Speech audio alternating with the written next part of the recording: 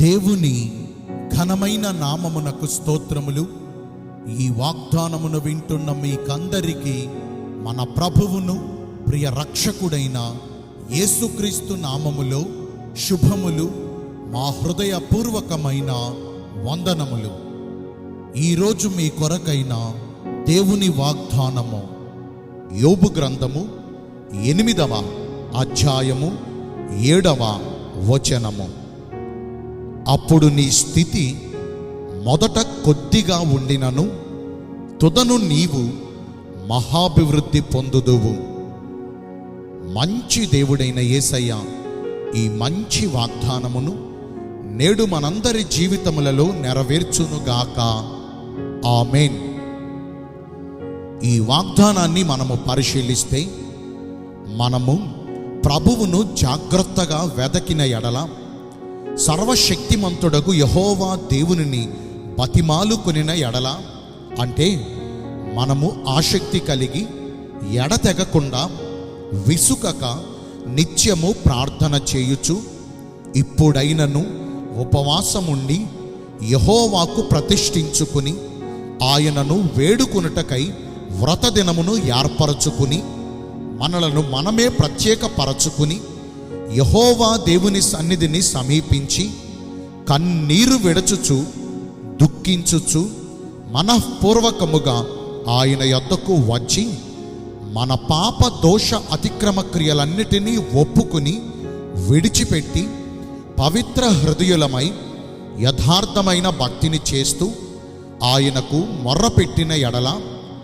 సైన్యములకు అధిపతి అయిన యెహోవా దేవుడు మన ప్రార్థనలన్నిటినీ అంగీకరించి మనలను కనికరించి మనలను క్షమించి ఆయన కరుణా వాత్సల్య బాహుళ్యము చెప్పున మనలను చేరదీసి క్రీస్తు యేసునందున్న కృపలో ఆయన మహిమైశ్వర్యము చెప్పున మన ప్రతి అవసరమును తీర్చుచు మనము కోల్పోయినవన్నీ తిరిగి మరలా రెండంతలుగా మనకు దయచేసి నేడు మన పక్షమునందు మనకు సహాయకుడై నిలిచి ఉండి గతించిన కాలములో మనము అనుభవించిన సమస్త విధములైన కీడుల నుంచి, మన ప్రతి బాధల నుంచి, మనలను చుట్టుకొని ఉన్న బంధకములన్నిటిలో నుంచి మనలను విడిపించి, సమస్యలలో చిక్కుబడిపోయి కృంగిపోయిన స్థితిలో ఉన్న మనలను పైకి లేవనెత్తి మన అంగలార్పును, మన రోదన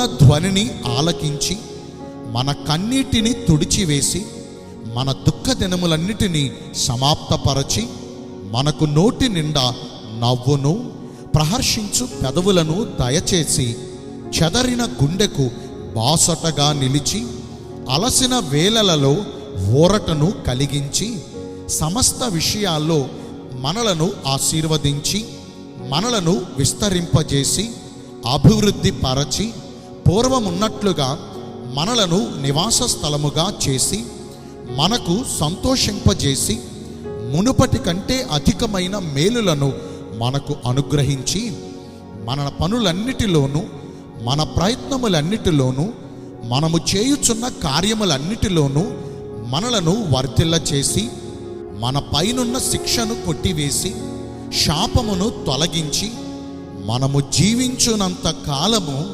కృపాక్షేమములతో మనలను నడిపించుచు రాబోవు కాలమునందు మేలులతో నింపబడిన తృప్తికరమైన జీవితమును ఆయన మనకు దయచేస్తారు.